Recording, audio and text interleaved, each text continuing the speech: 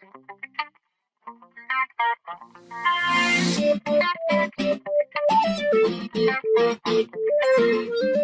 VRA users, Alex here, your VRA guide, and thanks a lot for joining me to this free webinar on the basic modeling and basic lighting, with of course a lot of really useful tips and tricks for 3D Max and VRA users. Today we're going to cover how to work with DWG files, how to import them, how to view them, divide them, and of course model the room with from those DWG files. It's going to be the first step. The second step is going to be about setting up the lighting and a little tips and tricks of fixing the lighting and tweaking it in order to get really nice realistic results. So it's pretty much basic stuff, but I know that in each basic stuff there is a lot of small things that if you're gonna miss, you're not gonna get good results. So I'm going actually to concentrate on those little details that brings me those really nice photorealistic images. Okay, so first thing, I'm going to open my 3D Max, and I'm going to use the 2013 version. As you see here, I have four screens, and the first thing that I want to do is always I want to check my unit setup, and I'm working with millimeters.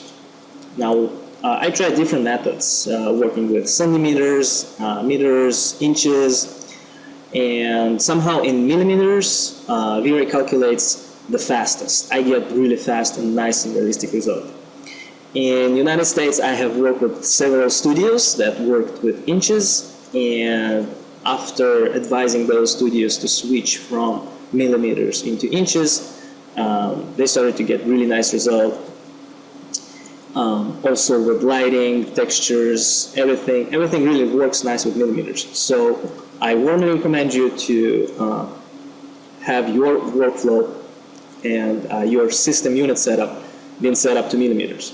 However, if you want to display your unit setup, you can always change here into metric or centimeters or inches. If it's United States, you can check this out here. I'm going to use generic units and on the international mode. Okay, so this is my setup. Another important thing is I'm using real-world textures, real-world parameters, in order to have my textures to be applied with the real size, real-sized, world-sized maps. Okay. So the first thing that I want to do is I want to take my DWG file and import it into Max. So I'm having this really basic, simple scene, and I'm using DWG Viewer, which by the way is free for download. And if you go to Autodesk website, you can get this viewer. With the help of this viewer, you'll be able to see, to check your different DWG files. Okay, so as you see here, this is pretty much basic scene here. We have top view, we have side views, and just from taking a look at this file, we can say that this side will cover the front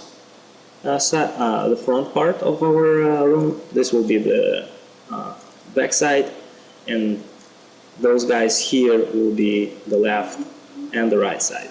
Okay, as you see here, this is a perfect plan because it got all the sides.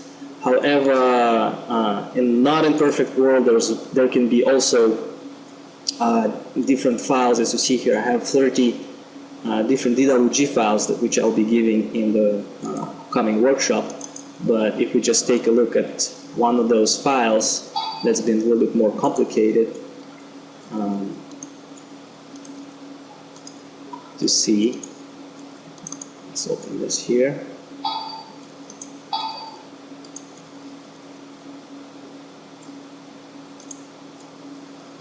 we can get only 3 parts. We can get front, back, or top and back. As you see here, it's pretty much complicated stuff for each floor, but we have only tops.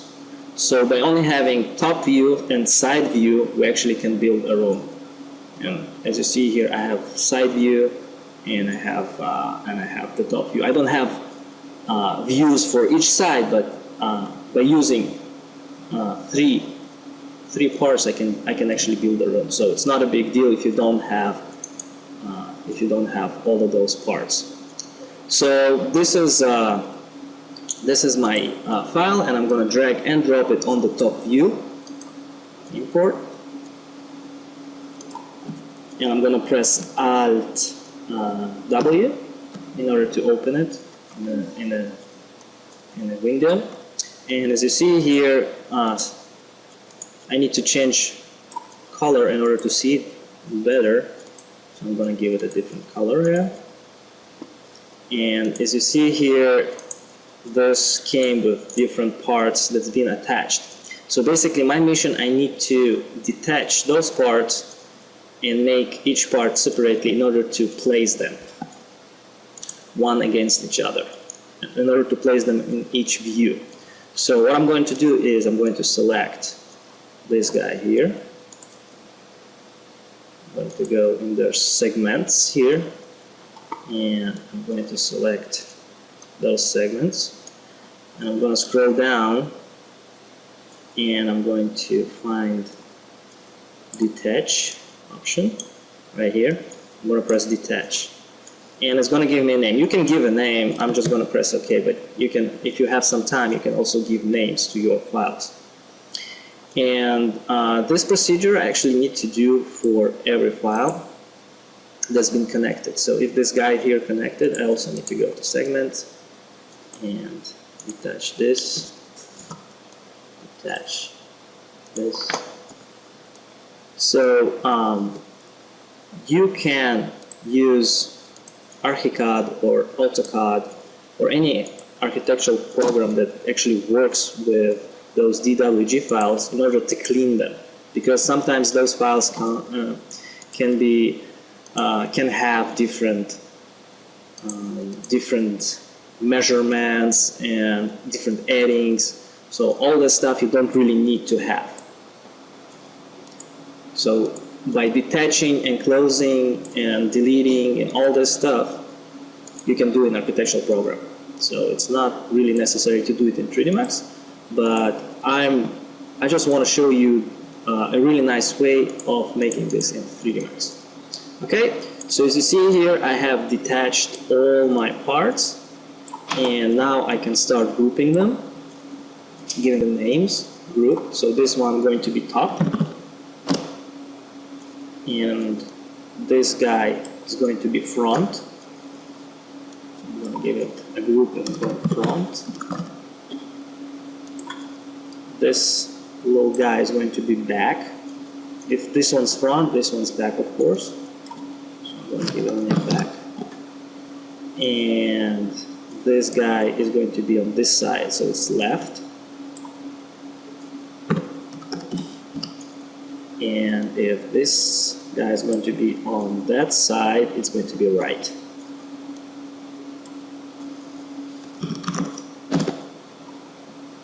Okay. So now what I need to do is I need to place this in the middle of my screen, and I need to rotate those guys and place them according to this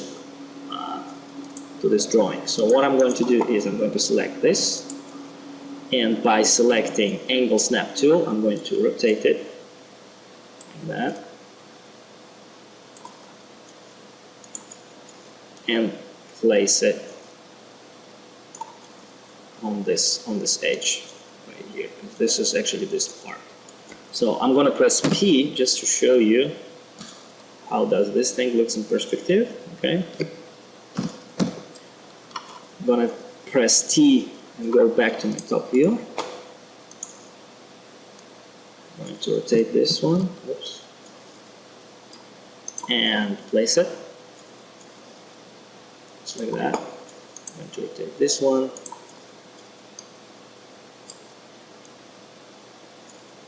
And place it as well.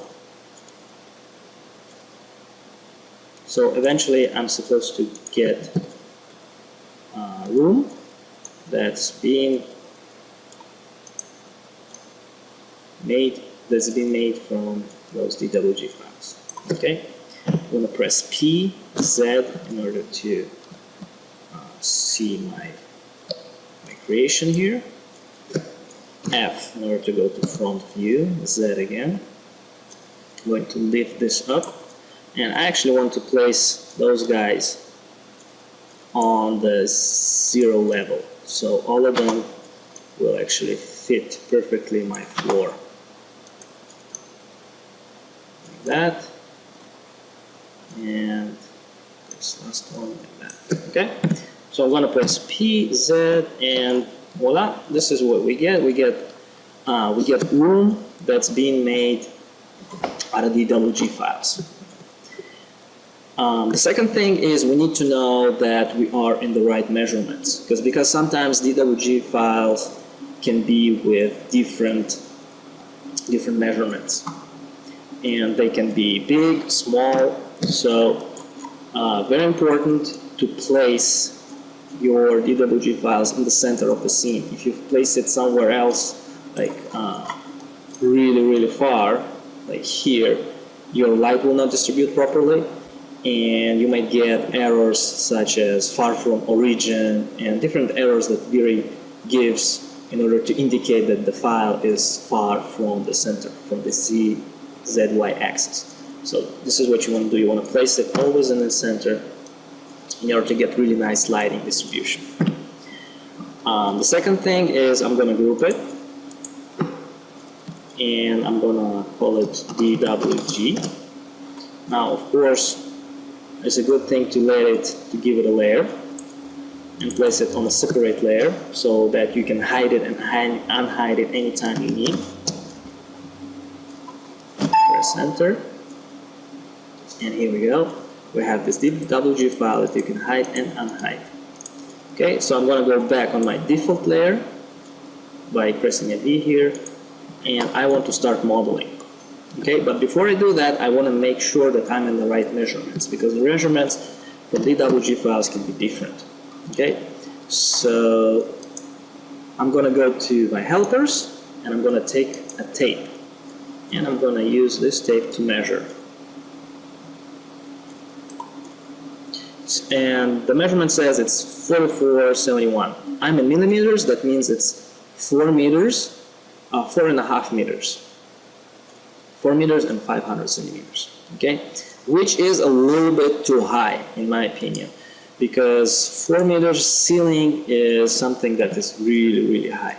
Now, I know for this type of apartment, it got high ceiling, but not super high ceiling.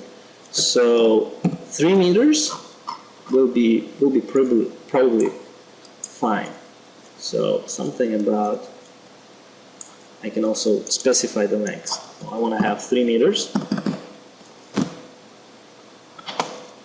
3 meters, as you know, it's going to be 3,000 centimeters. So this is going to be my height. So what I'm going to do is I'm going to select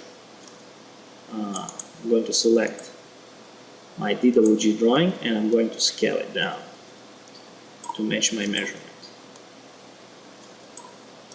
Scale it a little bit more. Oops.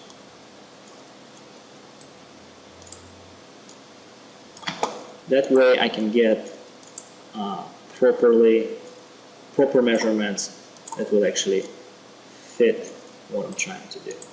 So I know 3D Max, working with 3D Max is a very gentle process. So don't rush on this stage. It's one of the most important stages, and you need to be very accurate in order to get good results. Okay? So after I measured it and I got really nice result, I can delete this. Now is the stage that I can start modeling. The modeling will be made with 2.5 snapping tool. 2.5 because I want to snap As you see here, I'm snapping two vertices. I'm going to click, right click here, and by default it's been on grid points. You want to deselect this and you want to select only snap to vertices. So you want to snap to vertices on the 2.5 option. What it does, it actually takes all the vertices here, like 2D, but 3D will actually give the height, and I don't want to have the height. I don't want to have the Z height.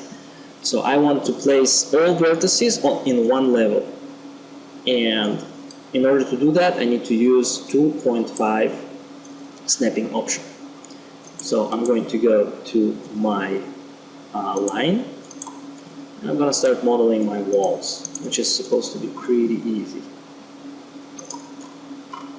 As you see here, I'm scrolling my mouse back and forth in order to zoom in and zoom out.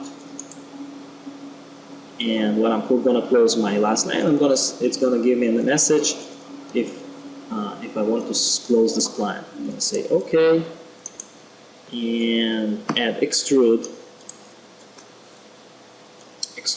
field modifier to it, as you see here, and I'm going to give to extrude my ceiling height, which is 3000 millimeters, 3 meters. So voila, I have my first wall created. I'm going to give it a name wall, and I'm going to keep modeling.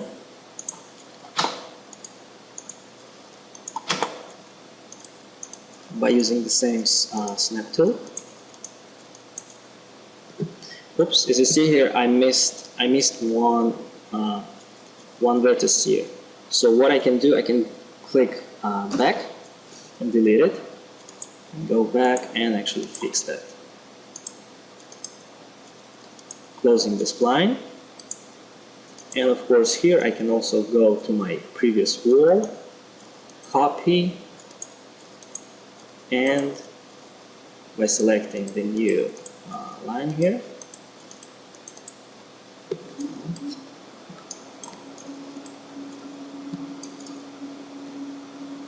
I can paste it, so this wall will also get height. Okay. Going back, I'm going to keep modeling this room, which is pretty fast, pretty easy. Same method.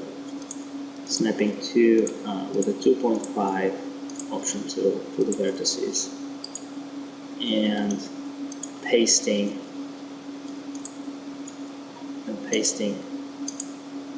the extrude modifier to those guys here.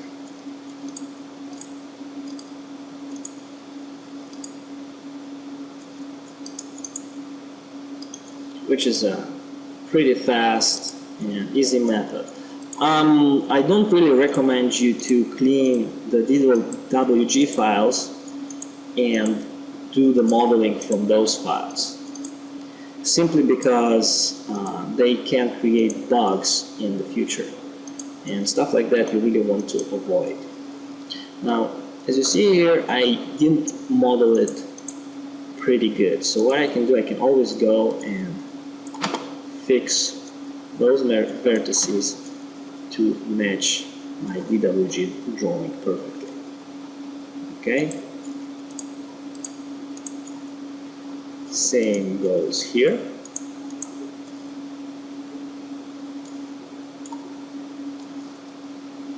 And same goes also to this file.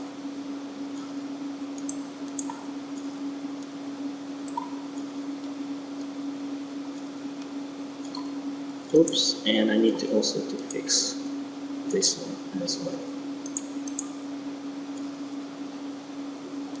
Just like that. Okay, pretty easy method. Always remember, use spline in order to model your walls once again. Okay, the next stage is to do the fillings here between the doors. I'm going to press P to go to perspective and see what I've got so far.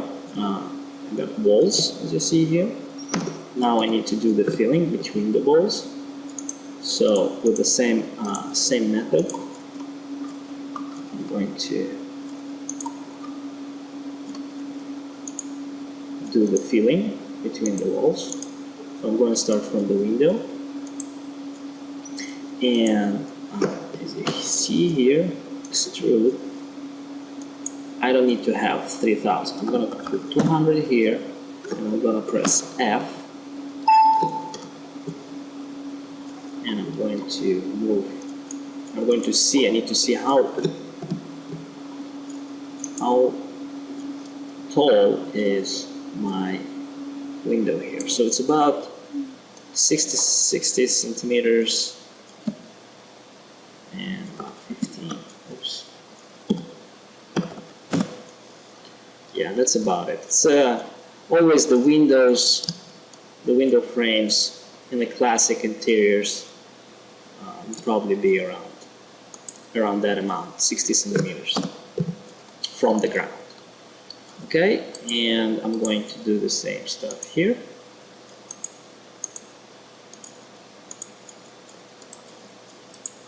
Also, we're going to add extrude.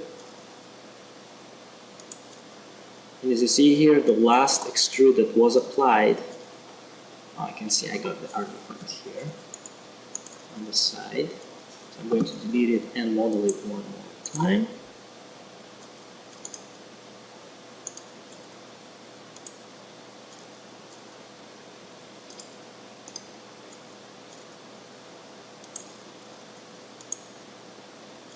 Okay,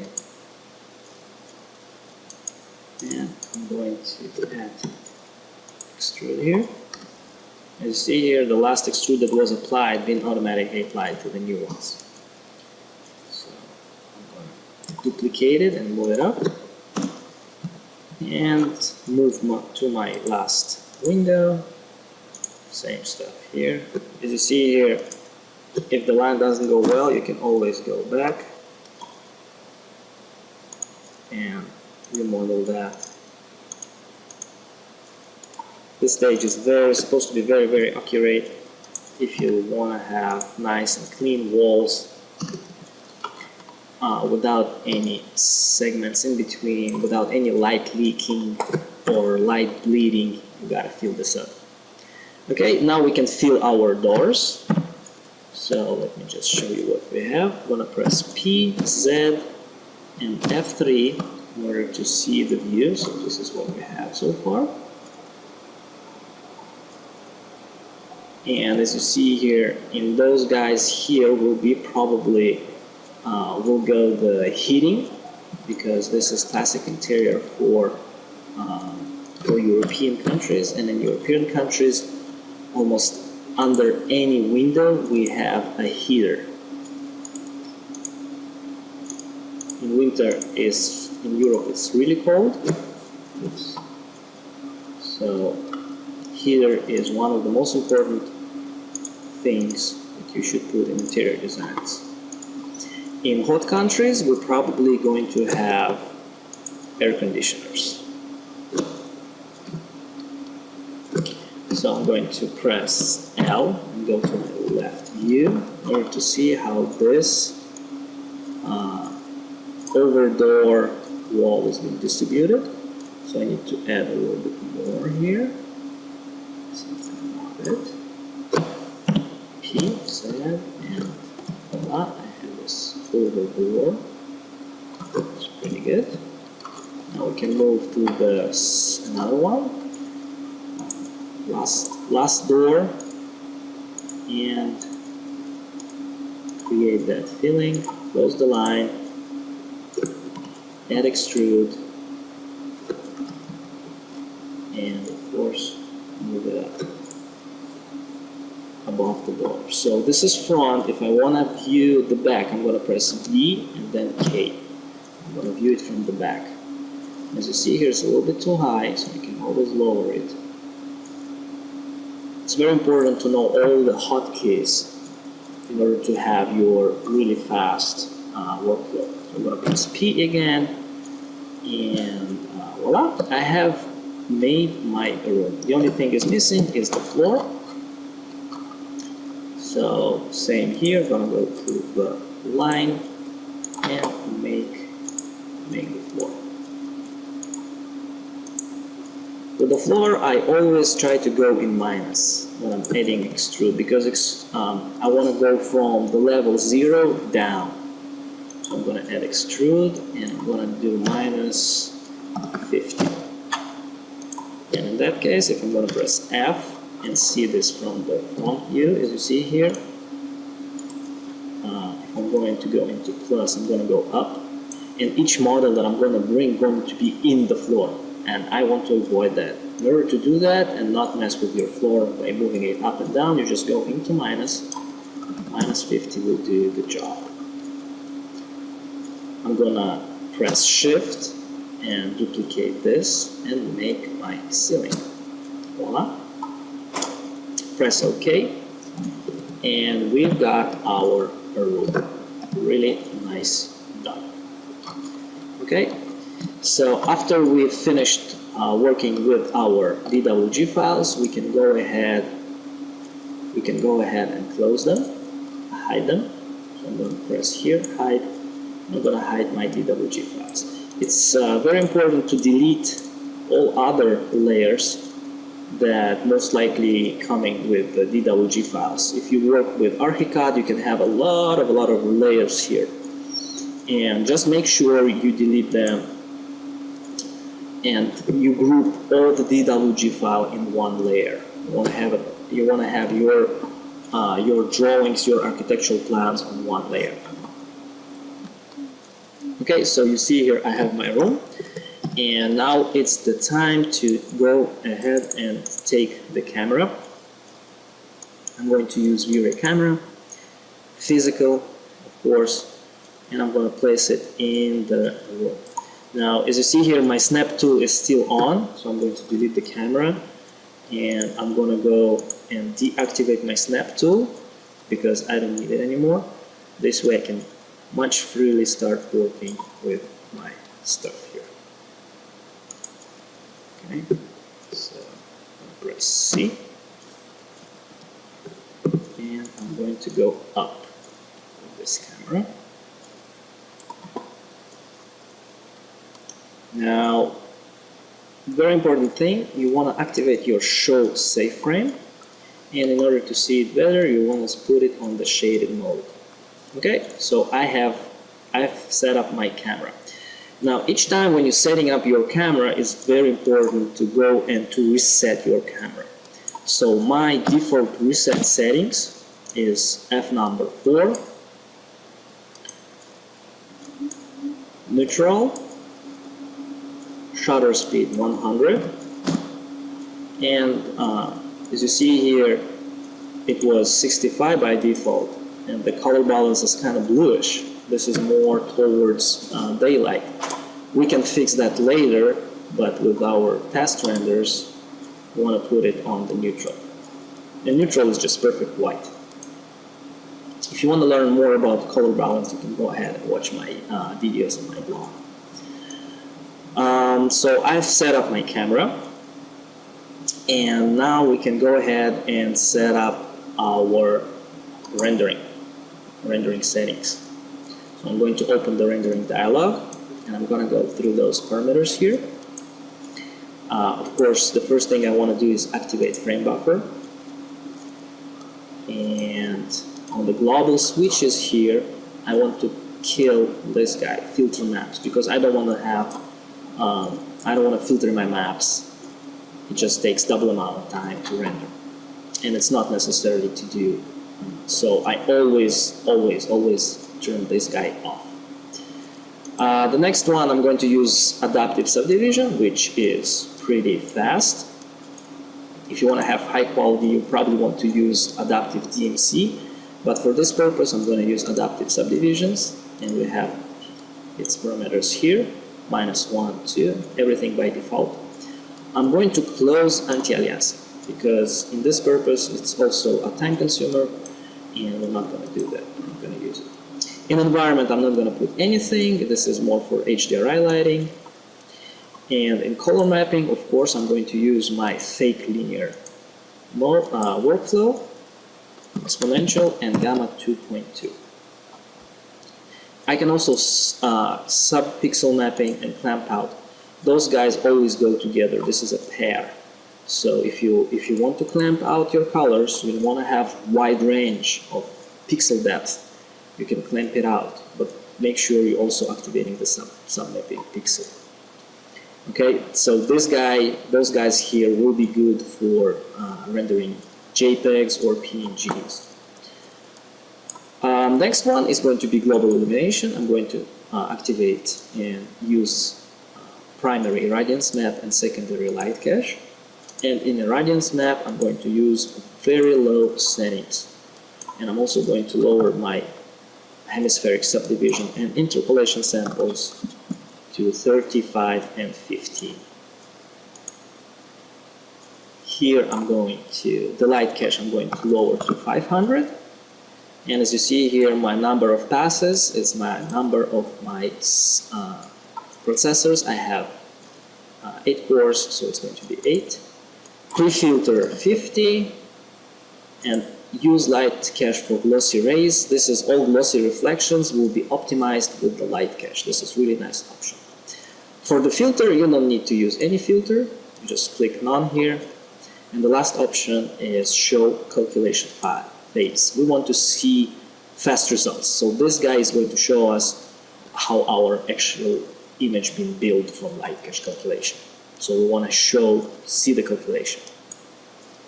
On the global settings, there's nothing to be changed except this one, which is dynamic memory. I'm going to put 7,000. I have 8 gigs on this computer, which is not much. So I'm going to have 1 gig for system operation, and I'm going to use 7 gigs for operating this render. Okay? Render elements is something that is more advanced, which we're going to go through in our upcoming workshop. But for this matter, this is the settings that you should know. And I think now we can start and do our first test render. Oops, nothing happens, everything's black. Okay, let's see what happened here. Our camera probe is standing here in the room. Oh, we need to add lights. This is one of the most important stuff that we can do. So for this purpose, I'm going to add windows, and I have here file with windows. I'm going to merge those windows here. So I warmly suggest you to add all the stuff first and not do the small renders, because if you do small renders before you add a lot of stuff, you will just start losing time and trying to perfect the things. So what I do, I just throw everything inside in the scene according to the plan, and then I start to work with the light. So as you see here, I have a lot of windows. I'm going to use, of course, only one. So this window is going to work perfectly for my purpose. As you see here, this window is a little too big. So what I'm going to do is I'm going to rotate it, and the best rotation, of course, with the snap tool, just like that. And I'll probably need to resize this window a little bit.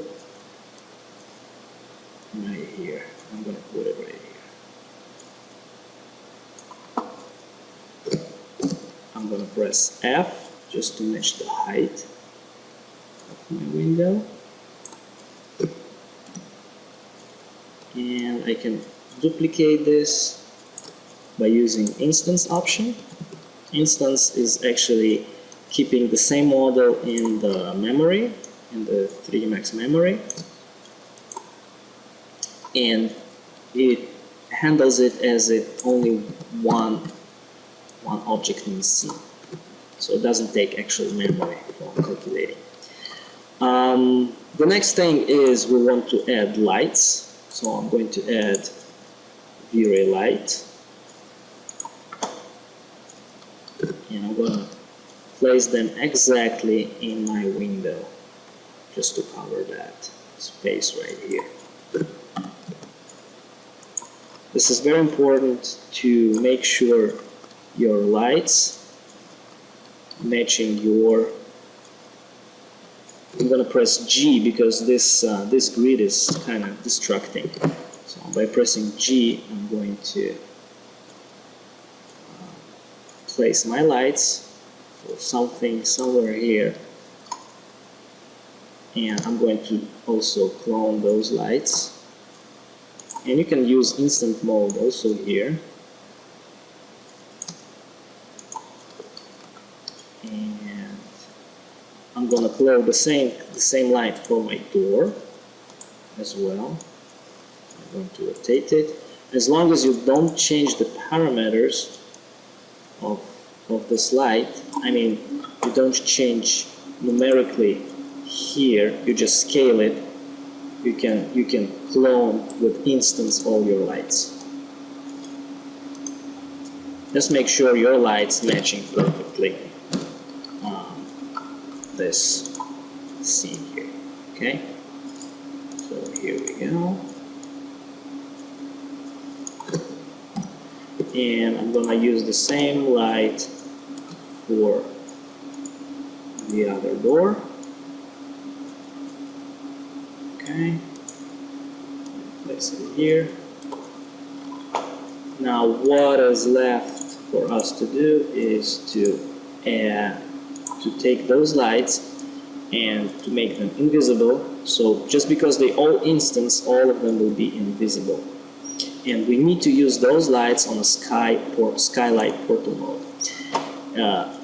All those lights that are being used as a sky portal will transmit particles into our room. They're not actual lights, they're only portals for the particles. And the particles being produced from our V-Ray Sun and V-Ray Sky. So we're going to add V-Ray Sun. And as you see here, I'm positioning the sun and I'm getting this message from V-Ray Sky that's been also created. So by adding only V-Ray Sun, we're also adding V-Ray Sky. And I'm going to increase the size multiplier to about 4, just to have a little bit softer shadows. And you can also lower the sun multiplier a little bit from 1 to 0.75, so the sun will not burn the floor. So now we can go to the camera, press F3, and click render.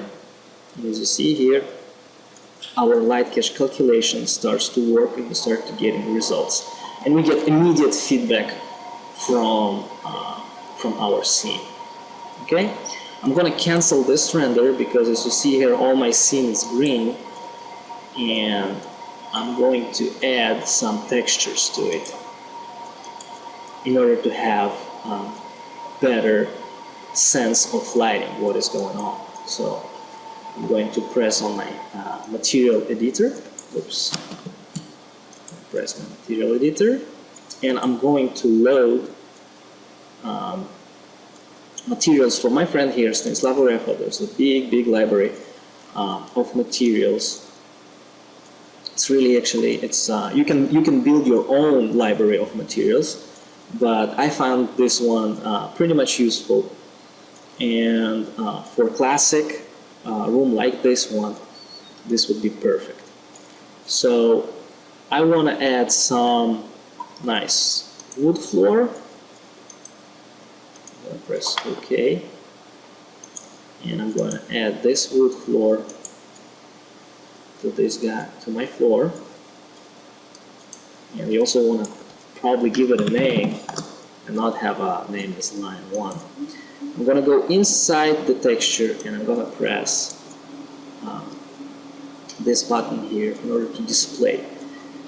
However, in order to see proper distribution of this texture, I need to add UVW. This is what I'm going to do next. I'm going to press U and find here UVW mapping, and by adding this, voila, my floor gets really nice and proper texture. Okay, the next one is going to be probably walls. So I'm going to take a wall here, maybe something creamy like that, and I'm going to press F, Z in order to zoom out, select all my walls here, without the sun of course, and apply this texture to my walls. I'm going to press C to go to my camera, and I'm going to press on this M in order to go inside my texture. And as you see here, we need also to add UVW map. As you see here, I selected all my walls, and I'm adding UVW map to this scene, and all my walls getting this alignment for the wall texture. And the last one, of course, is going to be the ceiling. So we have here ceiling somewhere, white stucco. This probably would be good for this purpose. And also this one needs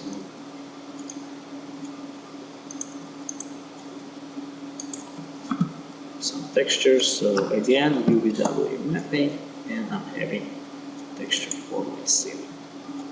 I can also zoom out a little bit by selecting my camera and going up. As you see here, I'm using focal length of 40. I can use up to 28. 28 will be the most exaggerated angle. Everything below 25, 28 lens will be very, very unnatural, will have very unnatural look. And as you see here, I forgot to add the texture to my lower walls. So this is what I'm going to do. The same here. I'm going to add UV. And voila. All my room got really nice textures and ready to be rendered. Okay, so I'm going to press the render button and let this calculation go through. Okay, so this is the most basic stuff, but we have covered some really nice cool tips and tricks for making this simple interior just in no time. As you see here, it took us about 20 minutes, maybe less, to build the whole interior, to add all the textures, to set up the lighting, and as you see here, the render being executed pretty fast. So I think within 2-3 minutes we're going to have this render. I'm using a laptop, a box laptop. Of course, desktop computer will be much better as a working station for this purpose. But right now I didn't have any available computer because all our computers here in the studio are busy rendering. So this laptop is the only one that I was able to use in order to make this webinar for you guys. So I really hope you learned new stuff today. Actually going to switch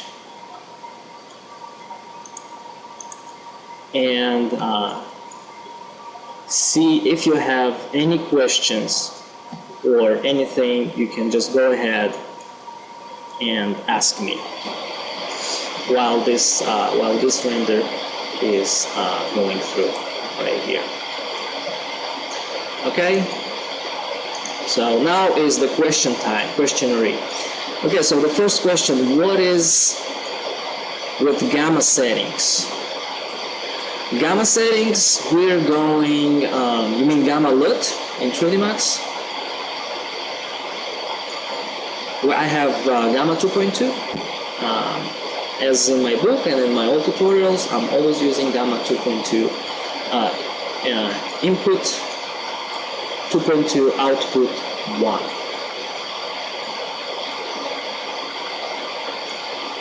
Yes, the library, I would love to share it, but it's not my library, it's my friend's. I'm making another library of my stuff, which will be given to all the attenders to the upcoming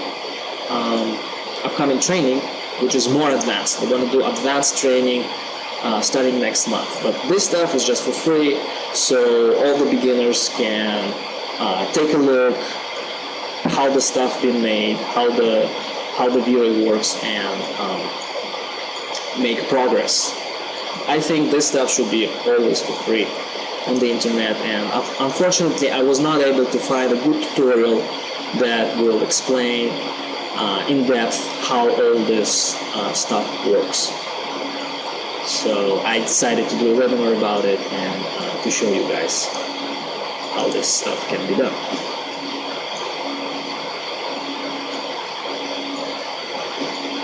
Okay, color calibration. Yes. Regarding the calibration, if you want to have the same image that you have on your monitor, you need to calibrate your monitor and you need to calibrate your printer.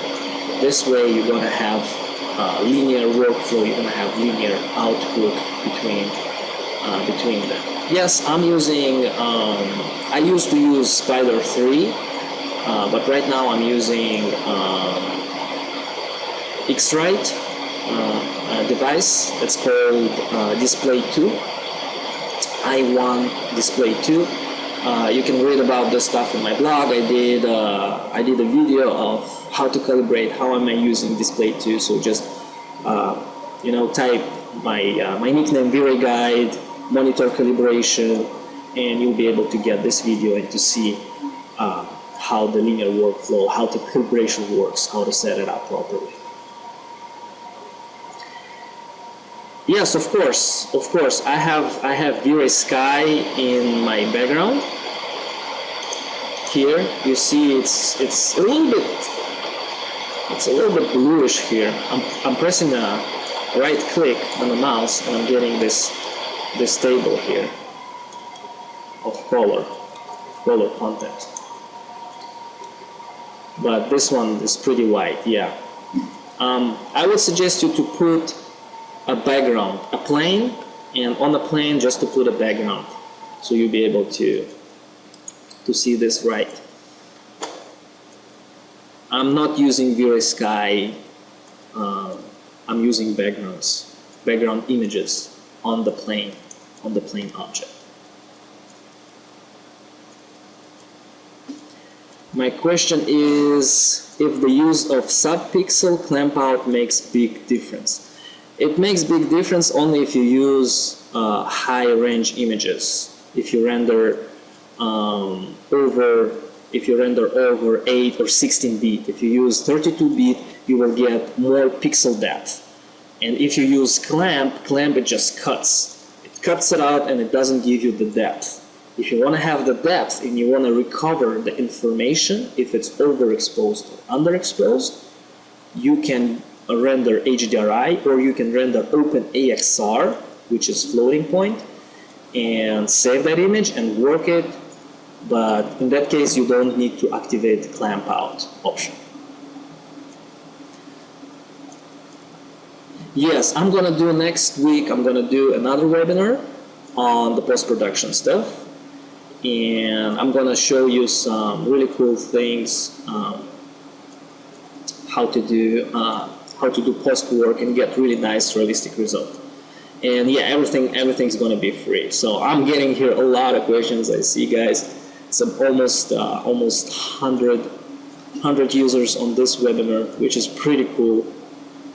And I'm going also to post a recording of this webinar so that you could recap everything that was made during this session.